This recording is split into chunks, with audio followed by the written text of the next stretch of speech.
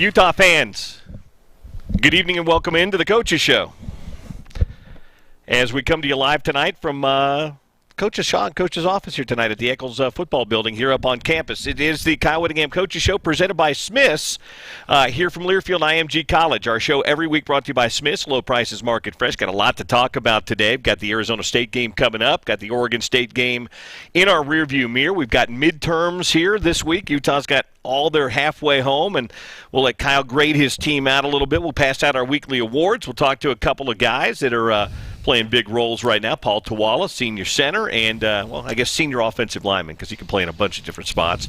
Devin Lloyd's going to join us as well. We'll talk about ASU, Separation Saturday, and a whole lot more coming up here on the Kyle Whittingham Coaches Show, who's just in from the practice field. How are things today? Good practice. Good start today. And actually, we got started a little bit yesterday, but it's more walkthrough meetings type things. Yeah. And today, you're back on the field, full gear and ready to go. We're sitting here in your office here in the Eccles football building, and I'm telling you what, Mother Nature has been smiling upon you the last couple of days. The weather's been perfect. It has. It's been great. And it's supposed to get better as the week goes on, I guess, up until Saturday. Then it takes a little bit of a nosedive, so we'll see what happens. Well, yeah, if it could chill out just a little bit for those guys from Arizona, yeah, we wouldn't complain. Wouldn't be so bad. So you've got ASU coming in this weekend, 2 5-1 teams. They've gotten you the last couple of times, 6 of 8 in the Pac-12 era.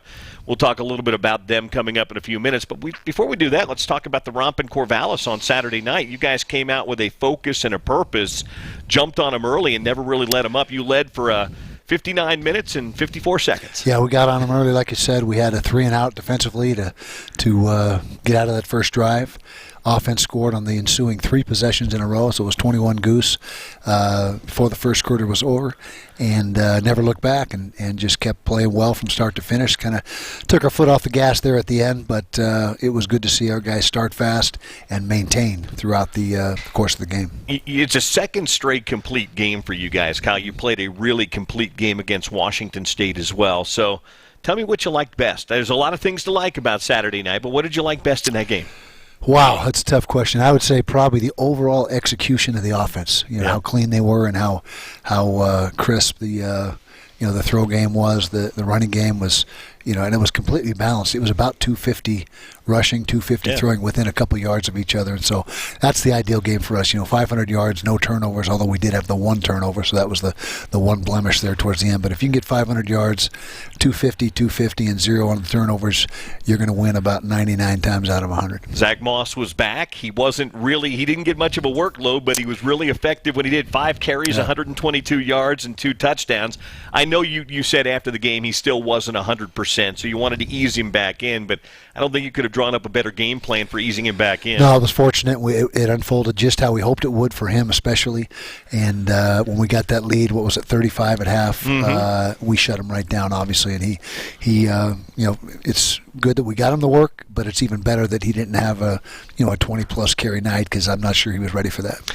And maybe he will be this Saturday night, but very, we hope so, very, very effective for you.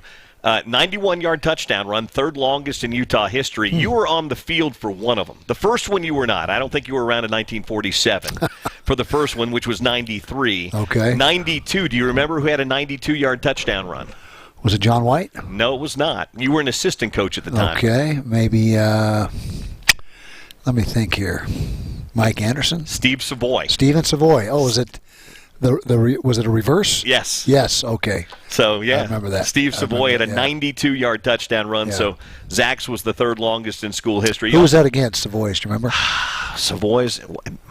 Was it against? It wasn't against BYU, was it? I can't remember. I don't think it was. I'll have to double check that. Anyway, okay. I had that on the game on Saturday. Well, that was a heck of a run by Zach. Anyway, he flattened the linebacker at the line of scrimmage, and then burst to the outside, and it was just a foot race from there on. He only had 5 carries. 2 of the 5 he had great spin moves on. The very first carry of the game, he had that little spin move and picked up 9 yards. That one he had the spin move.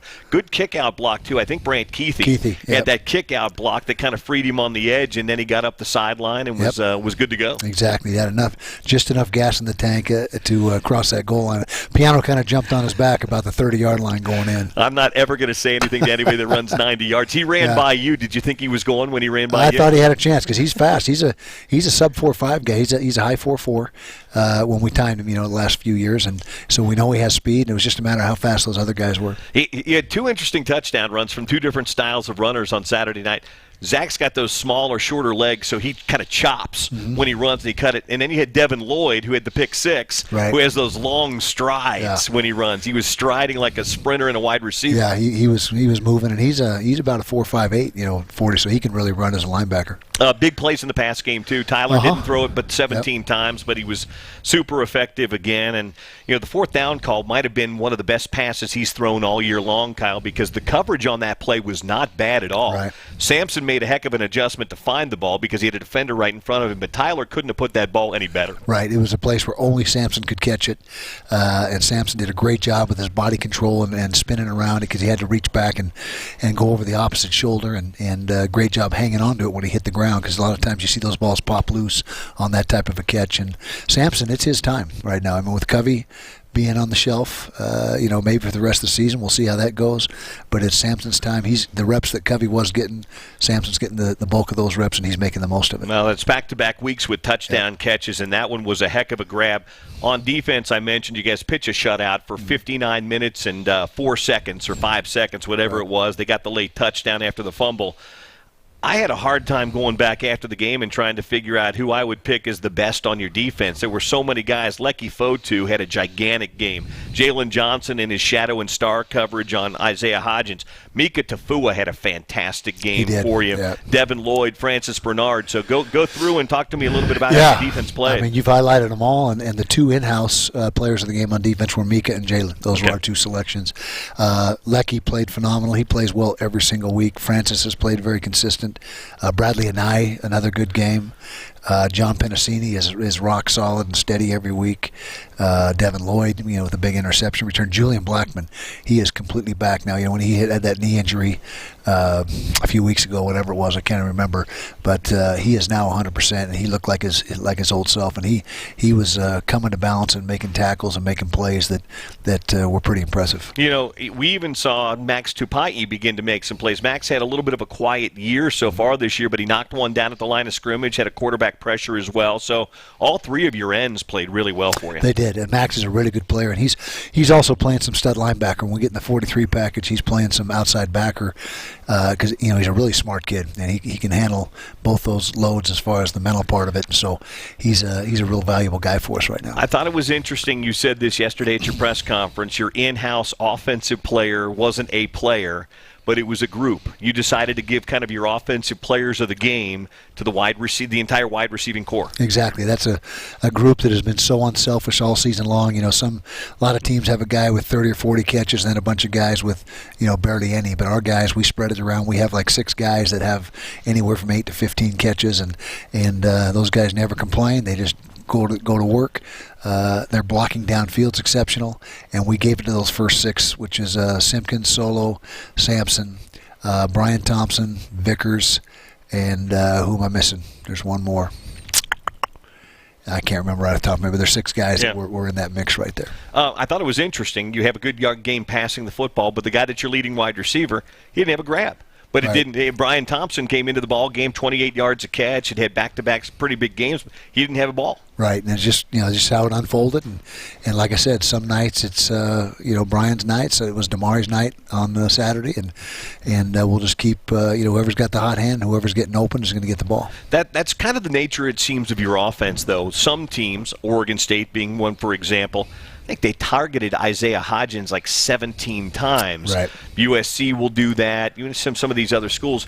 You guys don't seem to do that. It kind of just seems to be how the game unfolds. It doesn't seem like at least Andy or Tyler are forcing the ball in one direction. Right, and I think that's one of the reasons why we're so successful to this point, throwing the ball so efficient is probably the right word, because we are the most efficient team in the Pac-12 throwing the football as far as just production.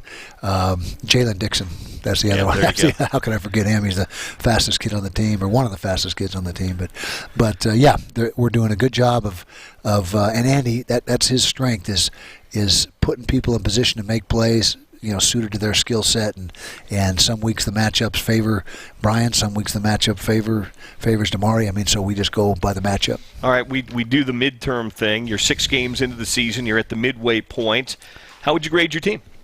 Well, I think we're in a good spot. First of all, we're not perfect. Obviously, we got the one blemish on the record, so you can't give them a solid A. But in fact, Dirk asked me this question the other day, and I always find it interesting when you read the paper and it looks like you're the one that brought it up instead of being asked the question.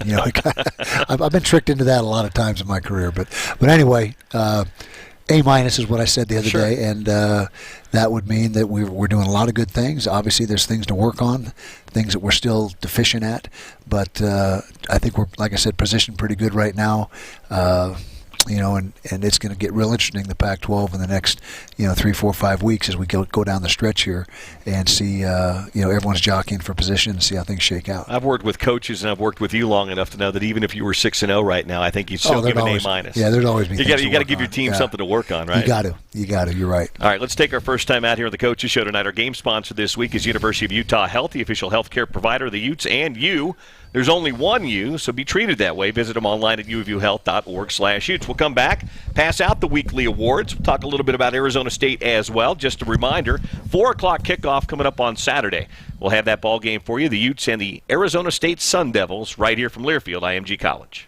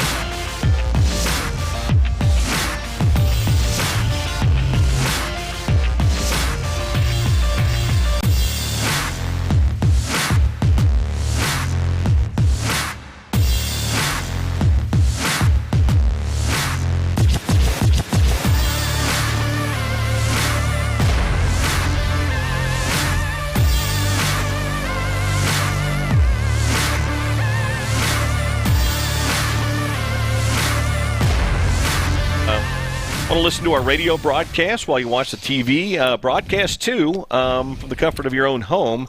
Go to syncmygame.com. That's syncmygame.com. They'll work you through the process. You can listen to the radio broadcast and watch the TV all at the same time. It's syncmygame.com. All right, we've got to pass out our weekly player awards, Kyle, and Get a player of the week and a sub of the week for the Utes, and then we'll talk a little bit about the ASU Sun Devils. Let's start with the player of the week. You got a lot of good nominees here. Huntley, Moss, Johnson, Lloyd, bunch of guys you could go with. Where are you going to go?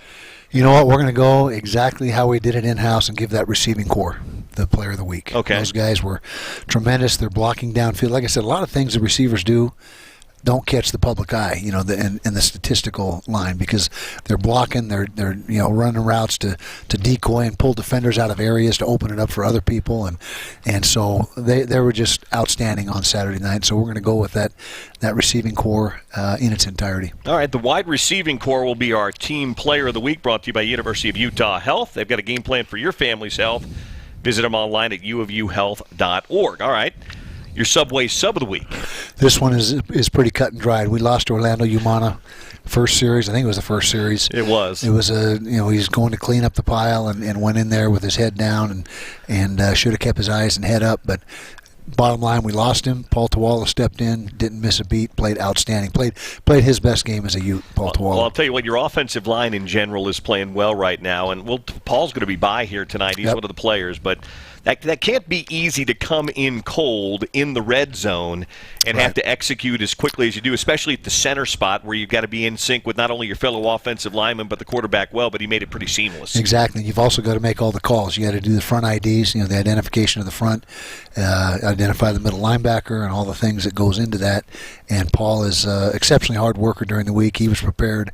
And, if there's ever a guy that is not a starter but ready to roll as soon as his number's called, it's Paul Tawala. So he'll be our Subway sub of the week. Buy the foot long of the day at a Subway restaurant. Get chips, 2 cookies, and a 20-ounce drink for free at Subway. So ASU comes in this weekend. Herm Edwards in his second year at the helm of the ASU program. They got you last year in Tempe, and that was that early November game where Tyler got hurt, 38-20 down there. What stands out 2 years in? I know you've known Herm for a little while, but what stands out about what he's done and kind of putting his imprint on the program 2 years in?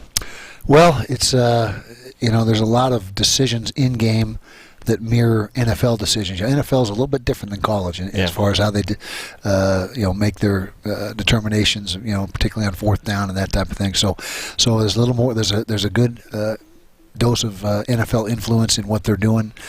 They're a run-first team like us. They have 200-something attempts rushing and 170 throwing the ball, which is about our makeup. Right. So there's a lot of common ground there. They play good defense. They do not beat themselves. When you look at their statistics, there's no one area that you think, wow, that's really impressive. They're just really good across the board.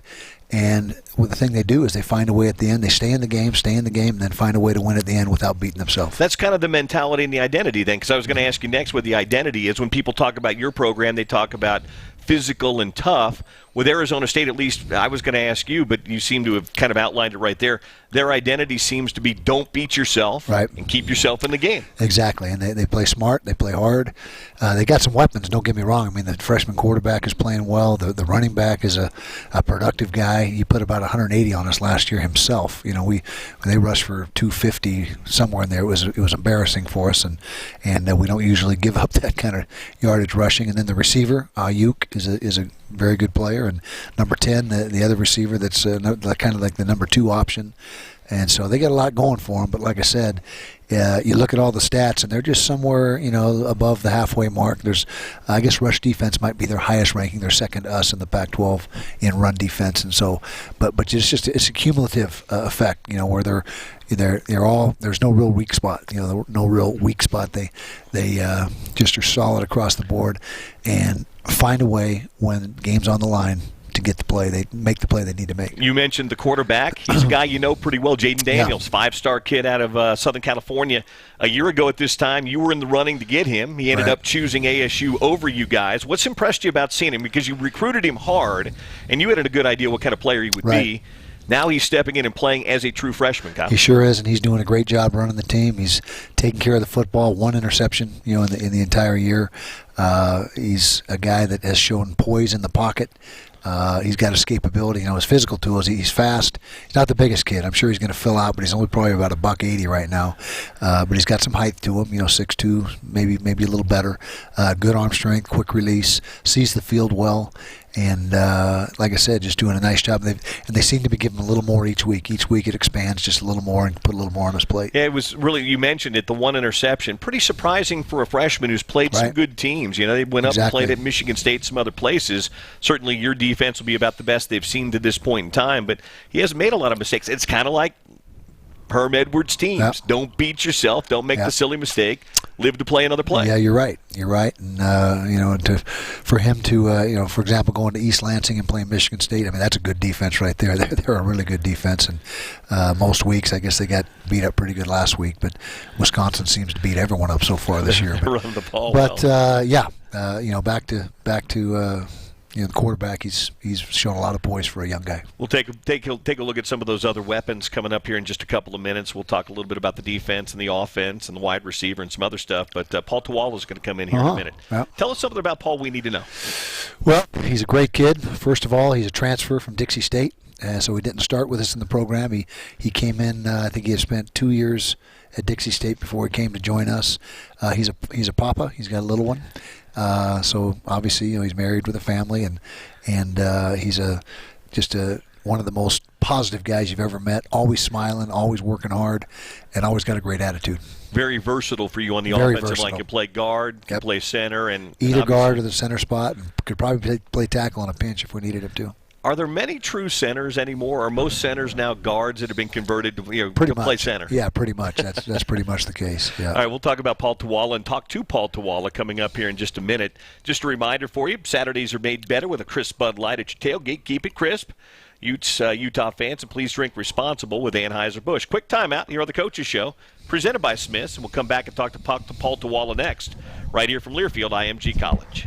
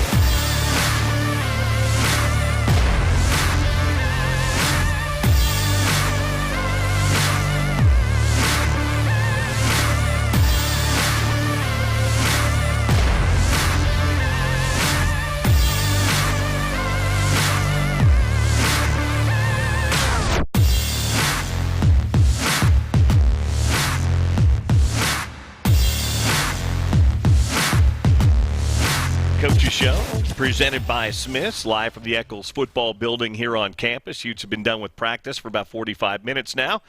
We'll get Coach back in here in a bit. Our first player spotlight tonight is a guy that was squarely in the spotlight. He wasn't planning on it necessarily, at least not on the first series of the game, but he got called into action early. We'll talk about that with senior center Paul Tuwala. How are you? I'm doing good, How are you? That's great. So before we talk about the game and what happened on Saturday, Washington to Dixie to Mexico to Utah. Yeah. That's quite a journey, Paul. It's been a round trip, that's for sure. You played high school football, grew up in the state of Washington. Yeah. Went on to play a couple of years down at Dixie. Went on a mission. Yeah. How's your Spanish, by the way? Still good? Claro que sí. He's good. And then you end up here at Utah. Was that the plan all along for you, or was that the plan post-Dixie? What was kind of going through it to walk us through the journey? Yeah, it was quite the journey, actually. And so after Dixie, I stayed home for a year to take care of my mom. She had ovarian cancer. And then I went out to my mission. And then, unfortunately, she passed away while I was on my mission. And then came out here to Utah, and because my brothers were living here at the time after my mission, and I was like, you know what, I'm gonna call up some people, see if I still have a chance at playing football, and luckily I was able to walk on over here, and now I'm here. It's awesome. So you walk on at Utah. You're not scholarshiped. You're having to pay your own way. You're coming out, going through the grind every day. What was that day like? I think it was 17. I think it was 2 falls ago when you got the word that you were getting scholarship. What was that like? Well, I was asked this question a couple days ago, and it was honestly my top 3 days of my life. I'd say getting married and then having my baby daughter obviously top the list. But just to see the boys surround me and embrace me with all that love and knowing that my hard work was being acknowledged was awesome. Did you have any idea it was coming at the time? A little bit. I wanted it to come sooner, obviously, but I just wanted to put my head down and work. And if it came, it came, and if it didn't, then I'll just keep working harder. Well, you've earned it, and you've been on scholarship now for a couple of years. Last go around, I mentioned it when Kyle Whittingham and I were talking about it too. You play multiple positions. You can play both guard spots. You play center as well. Where do you feel most comfortable? Do you still feel like a guard, or are you a full-fledged center now? Are you more comfortable one place or the other? I am. I'm more comfortable at guard. Okay. But honestly, wherever Coach wants me to play, I'll play. If he wants me to play quarterback, I might have to work on my 7-step drop a little bit.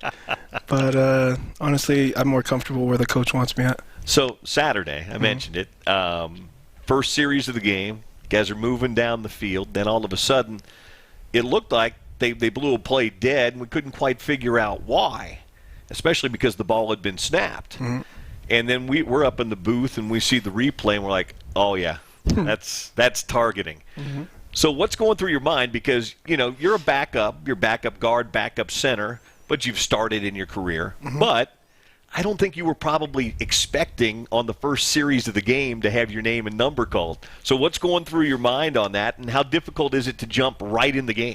I don't think it's very difficult at all. We go through practice preparing ourselves as if we are starters. Even if, no matter how far you are on the depth chart, you prepare yourself as if you're a starter. And so you take those mental reps when they're up. And obviously I wasn't planning to, jump in super soon, but when my number was called, I was shocked, but I was ready. In baseball, a relief pitcher gets a few pitches to throw. Did you get a few snaps on the sideline? I did. Okay. I did. Okay.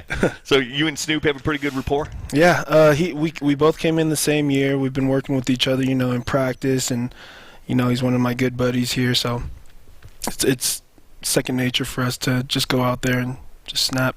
Paul Tuwala's with us here on the Coaches Show tonight. Are you guys on the offensive line a finished product yet? Are you close to being a finished product yet, or are you still evolving? Never a finished product. Like Coach says, the hay's never in the barn. But that's part of the journey, just evolving, seeing where one piece fits in better than the other, and I think that's the best part of playing O-line. Are you guys playing your best ball right now, though? Do you feel like as a group for the year? No, for the year. Do you feel like you're playing your best ball of the year right now? Yes, I do think we are. Obviously, there's room for improvement, but to answer your question, I think we are, hitting on all cylinders. We're, communicating up front and and I think we have one of the best O-line coaches in the country, so it's hard not to be prepared when you have him coaching you. You know, fans know that, and I know Jim a little bit being around the program, but give our listeners, give the Utah fans listening to the Coaches Show tonight what it's like to be coached and be in the room and be part of a Jim Harding offensive line. Oh, man, it's awesome. You talk about a guy that really cares for you on and off the field, and he just wants you to be you. He wants you to be the best version of you. Even if you can't see it in yourself, he's gonna get that out of you. And as a player, you look at him, you look at how he treats you, and that's what you want to be. That's what you want to make him proud. You want to make the university proud. But it's honestly one of the best things that I've been around, to be around both him and this O-line group. If I let you call your favorite play, when that play's called in the huddle, when you hear when the play comes in and Tyler calls that play in the huddle, what's the one you love? Or if Coach Harding or Coach Ludwig lets you pick the play that you want to run and you're in the game, what's the play you love? Well, every play is a touchdown play, especially with Coach Ludwig. But if I had to pick, it's our inside zone. Okay. Any run, just because we like being physical. That's our MO here. You put the ball in Zach Moss's hand, and you let us do the work, and we'll make him look good. How far behind him were you on that 91-yard touchdown? Oh, I was sprinting.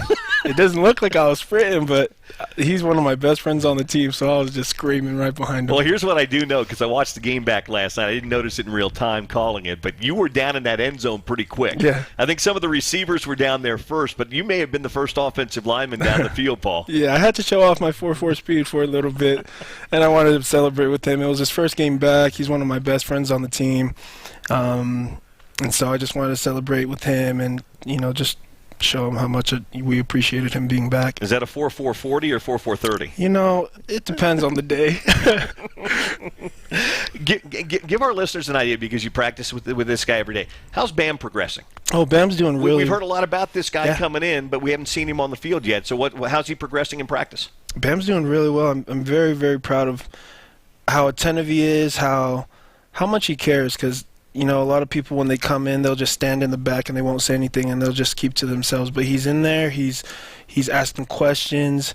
Yeah, he's got a little bit of developing to do, but who doesn't? All of us have a little bit of developing to do. And so to see him, just how engaged and how he wants to work harder and how he wants to be a part of the team, he's going to be quite the player. Well, you know what he's going through a little bit, because you played at you played at Dixie for a couple of years. He played at Garden City for a couple of years. It's a step, isn't it? Yeah. It's a step going from the JC ranks to big time Pac-12 Division I football. Yeah, but I think he's always been built for it. This is what he's built for. Yeah. He's built for Division I, and he's built for moments like this, for higher up divisions like this. So moment or two more here with Paul Tawala.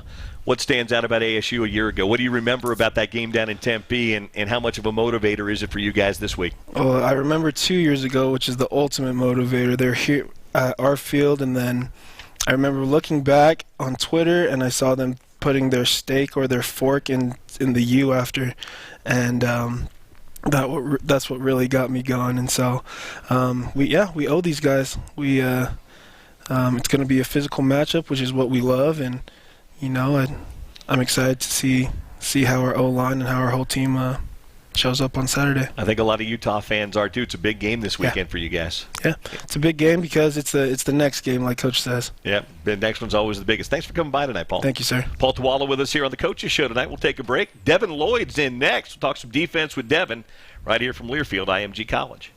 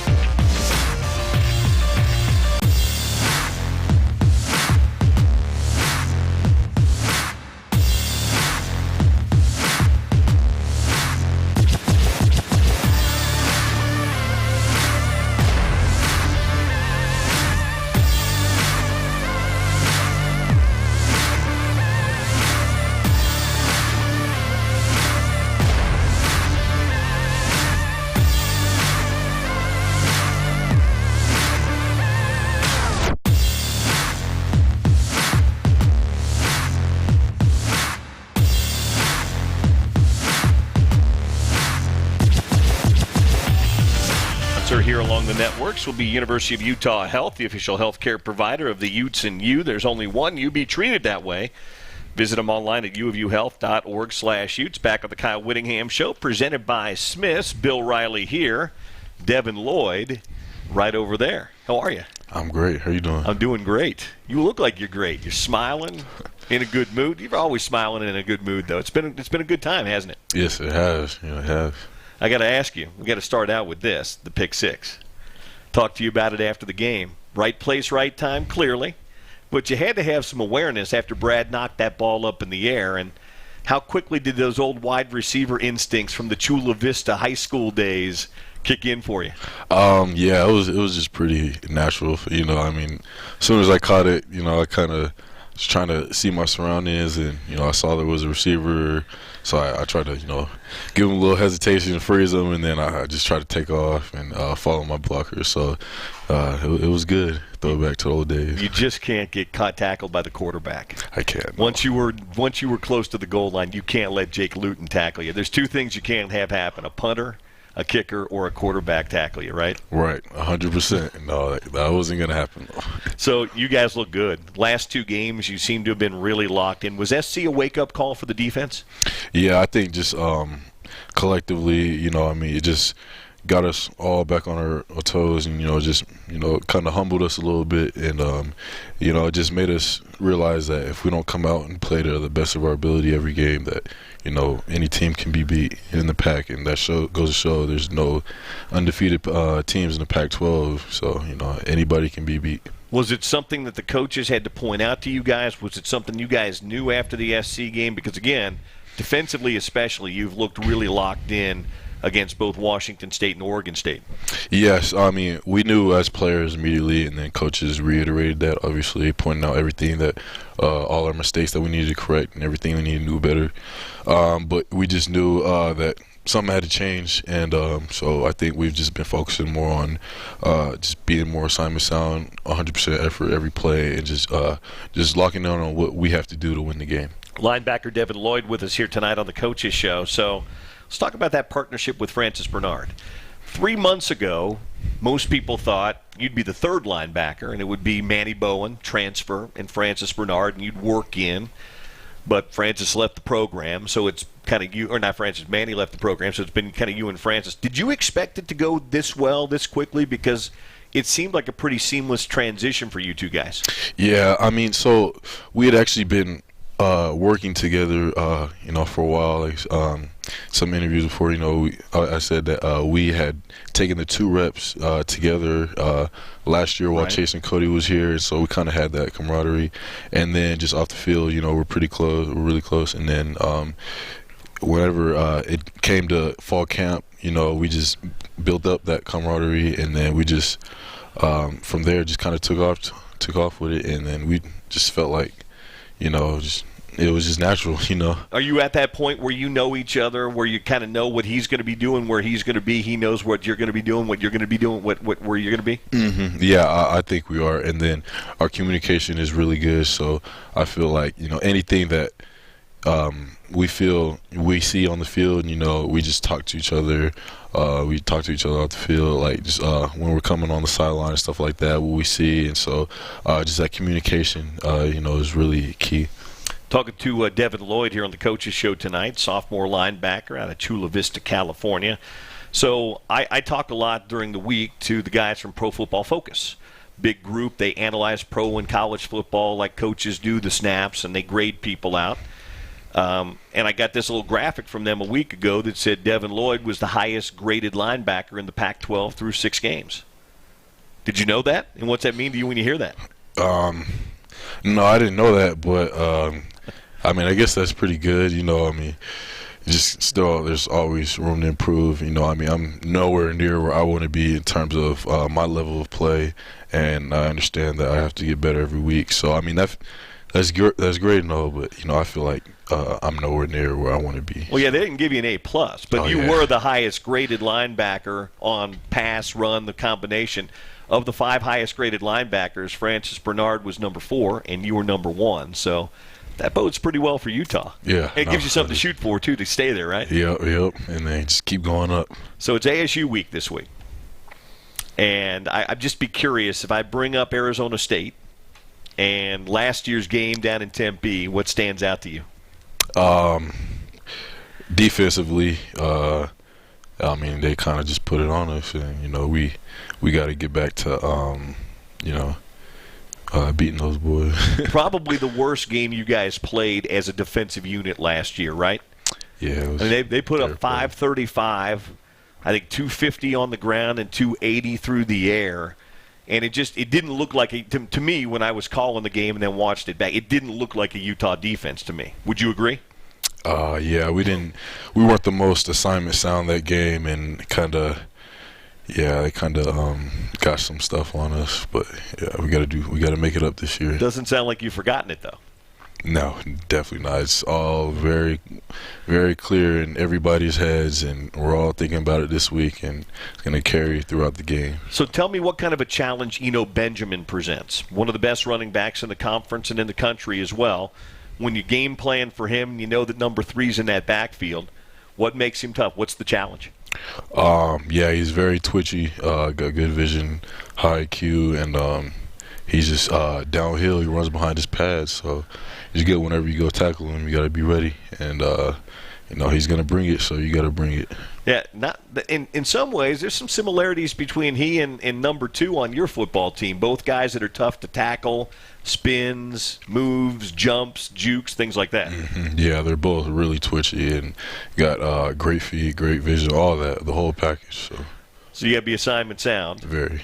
And wrap up. Yes. And it probably takes more than one. Yes. He's one of those guys that you want a couple of guys rally into the football, right? Yes. All right, talk to me about Jaden Daniels. Kid that's a freshman quarterback. Very talented. He's only thrown 1 pick this year, true freshman. As you've watched him just a little bit, what stands out about Daniels? First of all, he's very elusive, so he'll make you miss, and he's getting the ball out quick, and so he's, like you say, he's pretty accurate, and so we gotta just put the pressure on him and just like I said, stay assignment sound and rally and just get to him. Big game. Both these teams 5-1, trying to stay above each other in the Pac-12 South, right? I mean, we're only 6 games in, going into 7, but you got to look at those things. So what are you looking most forward to about Saturday, Devin? Kind of just proving, really just proving who's top dog. Just showing them that we're gonna come out and play Utah football and play the football that we know how to play, and looking forward to going 1-0 this week. So. And beating those guys. Yes, sir. Paul mentioned when he was sitting there a minute ago, he didn't think of last year's game. He thinks of the game 2 years ago when they stuck their forks in the field here at Rice-Eccles Stadium. Yep. I didn't know about that. Yep. They did that after the game. We're all in the locker room. Yeah, they did that. Not cool? Not at all. So that's all in everybody's heads too. So we remember all that, and so it's this time around. I think things are gonna be different. Keep up the hard work, man. Of course. Good to seeing you. Thank you. That's Devin Lloyd. He's got a mission this week. He and Francis Bernard playing linebacker. Quick timeout. We'll talk some more about ASU with Coach Witt on the other side. Hey, by the way, when I'm done here, going to head up to the Huntsman Center. We'll have a little night with the Runnin' Utes coming up a little after 7, right here from Learfield, IMG College.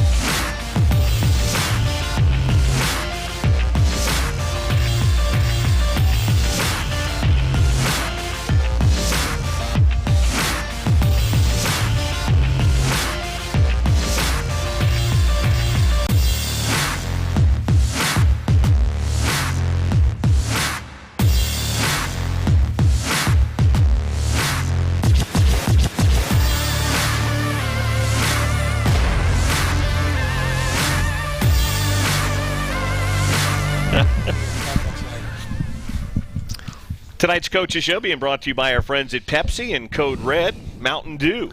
Every touchdown I call this year, and hopefully we'll have a lot of them Saturday, will be a Pepsi Code Red touchdown.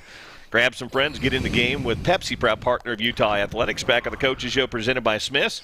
Got to do a couple of shout-outs here. Okay. Got to do one to Drew, who's here. Drew Johnson just had his birthday last week, his 42nd birthday.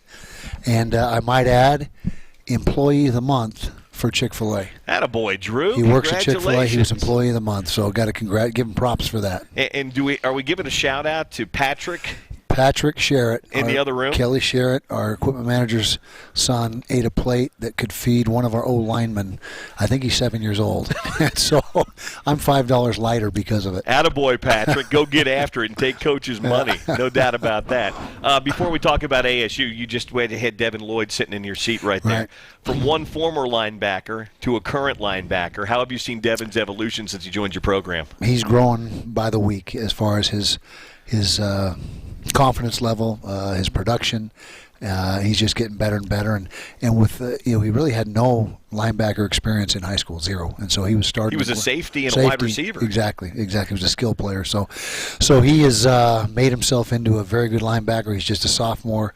His best days are definitely ahead of him, but he is playing solid football for us right now, and he's a good complement in there to Francis Bernard. Yeah, Pro Football Focus had him as the highest graded linebacker in the Pac-12 conference through 6 games. That's impressive. Yeah, that's is pass really and run, and that Francis really Bernard was the 4th highest graded. Okay. So you had 2 of the 5 highest graded linebackers in the league. Well, we knew Devin was going to be good, and we knew it was just a matter of time. And apparently, he's already given us great results. And really, it was a chain of events that led him to the starting job this year. And when Manny decided to go elsewhere, and so good for Devin, good for us. Absolutely.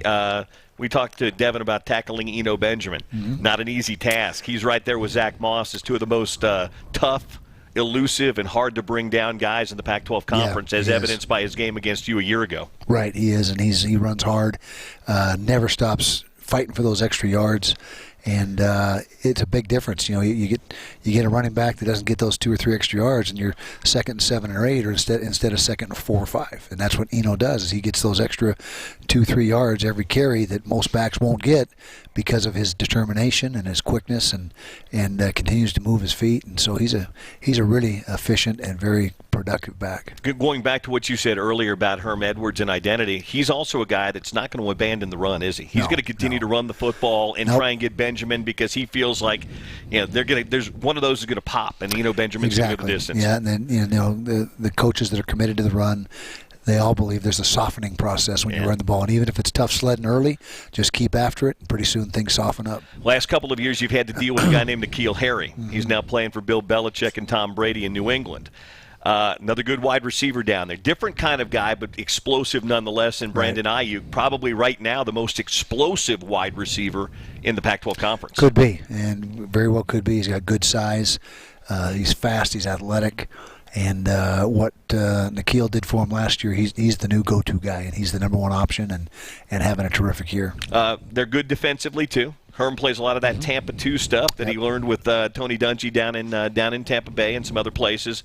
And they're good on the back end. Linebackers and back end are pretty good. They are. They're productive. They play, like I said earlier in the show, solid run defense. That's where defense starts, in my opinion, is defending the run. If you can't do that, everything else is very difficult. And so they're doing a nice job allowing under 100 yards a week rushing against them defensively. Final break on the Coach's Show. We'll come back with a quick key and a look around the conference this weekend. Straight ahead from Learfield IMG College.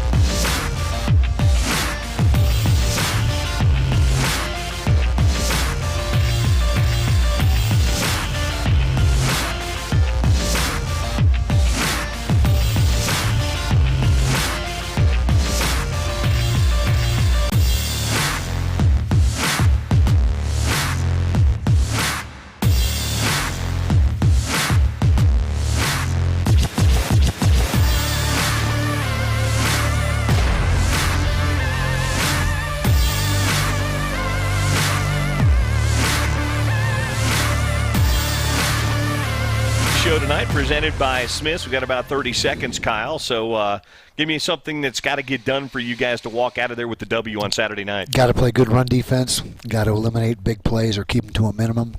And offensively, if we can execute at the level we did last week, we'll be in good shape. All right, that'll be coming up Saturday. Pregame at 2 on the network and kickoff at 4. Thanks to Kyle Whittingham, Braden Clark, our entire crew here. I'll talk to you in about 10 minutes from the John M. Huntsman Center. Night with the Runnin' Utes coming up. Enjoy it. This has been Utah Football from Learfield IMG College. Good night.